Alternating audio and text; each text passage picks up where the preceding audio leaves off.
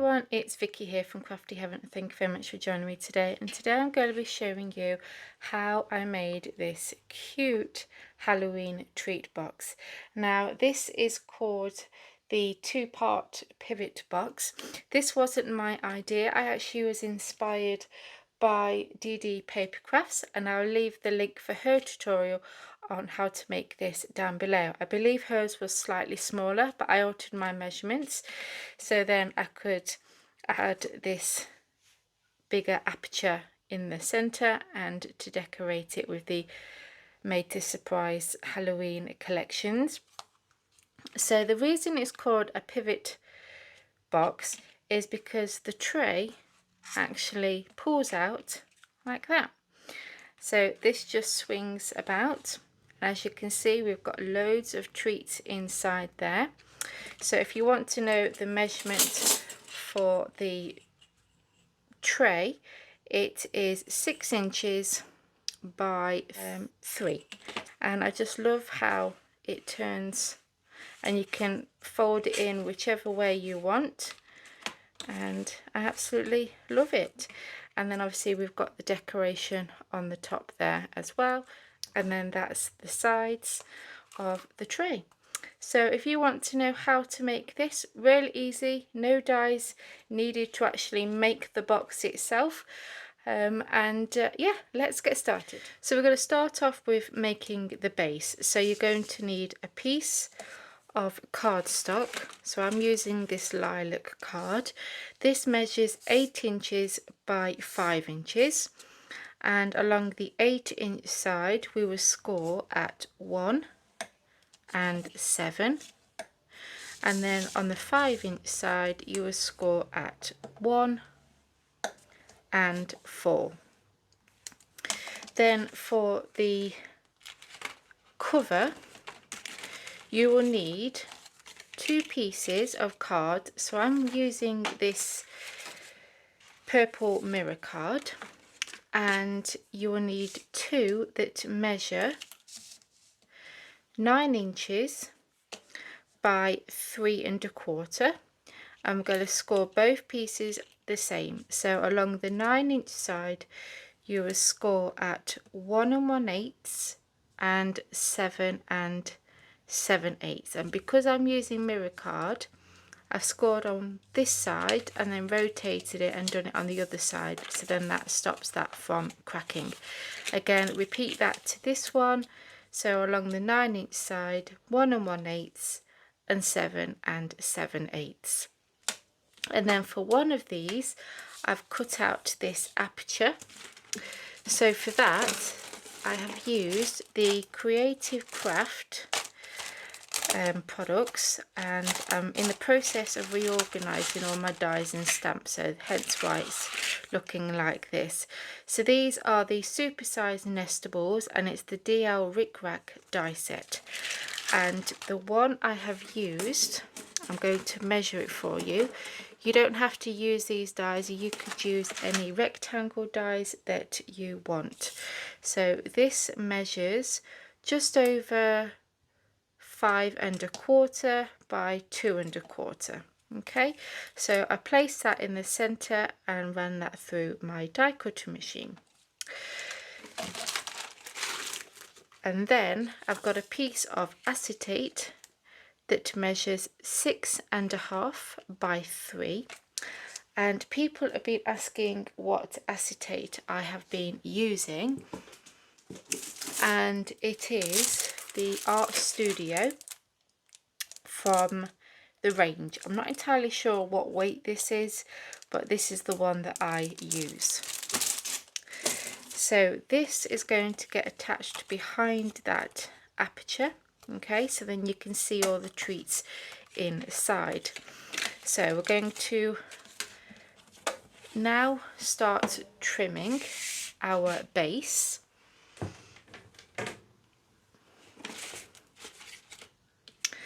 So you want to now fold on those score lines and press with your bone folder. So do that for all of those score lines. And before we assemble this, we need to make a tick mark in the center. So when you fold the sides in, this middle section is 6 inches this way, okay, and then fold the sides in that way, it's 3 inches that way.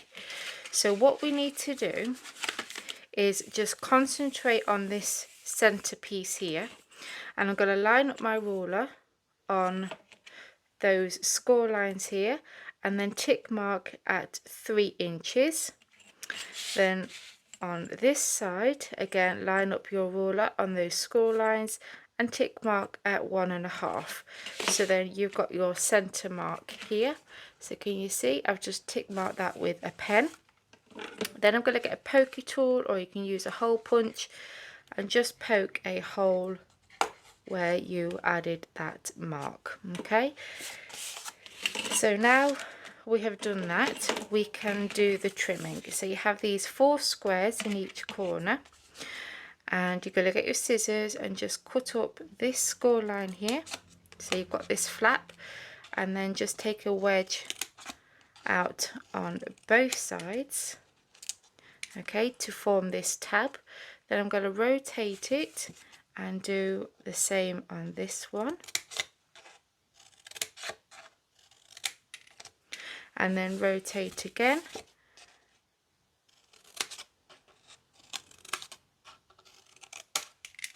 and then rotate the last one. I'm going to glue our tabs to the sides of our box. So I'm using the Barely Art Precision Craft Glue. Absolutely love this glue. It adheres straight away. So you want to just fold up those sides, okay, and press that together, and you can see it just grabs straight away. And then you're going to do that to the other 3 tabs.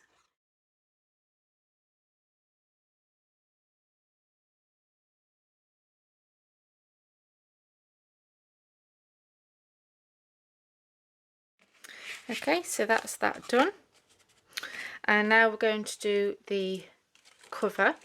So we're going to get this piece with the aperture and also the acetate, and turn it to the inside, red liner tape, and I'm going to glue that on to there.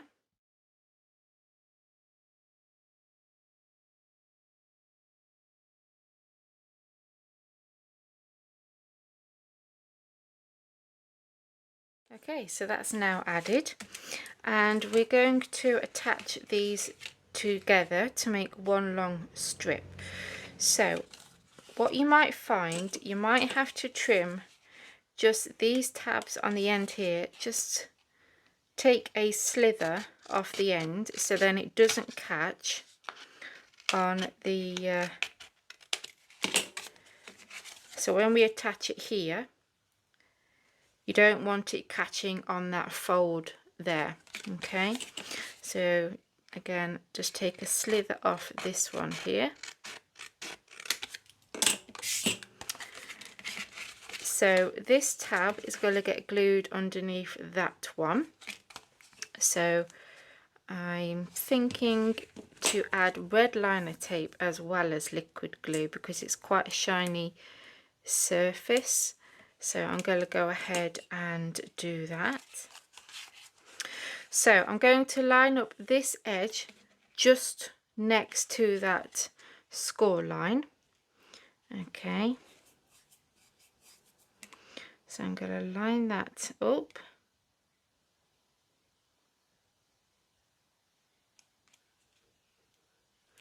Like so. And then press that down. So before we assemble this, we want to add a tick mark on here because the brad is going to go through the tray and also the cover. So you have these 2 score lines here. So we have this section, and from that score line to that score line, it's 6 3/4. So we want to lay our tray in that 6 3/4 inch section. and line up your ruler. So you want the start of the ruler where that score line is here. Okay, and then obviously it will line up at 6 3/4 where that other score line is. And we want the gap from this score line to the start of that box about 1/4 of an inch gap, and also this side here. And then we want from the top to the bottom of the cover, you want about 1/8 of an inch gap between the edge of this cover here to the box and also the top. So then that way it leaves enough room for our box to pivot out. Okay, and I'm going to lay the ruler down so then I can roughly tick mark it. So it's roughly about there. You might find it's slightly bigger than 1/4 of an inch. Just go with what you feel is best. So I'm going to try and get that as central as I can. Okay, and then I'm just going to press that down, get a pen, and just make a mark where we added that hole in the tray. Okay, so can you see? And then I'm just going to pierce my hole in there, like so. And I'm going to get this Diamante brad. It doesn't matter what brad it is. You're not going to be able to see that anyway, because I might go over that with some pattern paper on the inside of the tray. So you're going to thread your brad through this hole here, and then also through there. So then just split the pins on the bottom, and then again I'm going to add some more mirror card underneath that, so then that covers up the brad there, and then that will move. So then now we need to just assemble this together like so. Okay, and then you can see there the just over 1/4 of an inch gap and that 1/8 of an inch, and that will leave room for your box to come out. And also this cover won't dip in the middle because we've got that extra 1/8 of an inch gap on the top and bottom as well. So I'm going to go ahead and assemble my cover.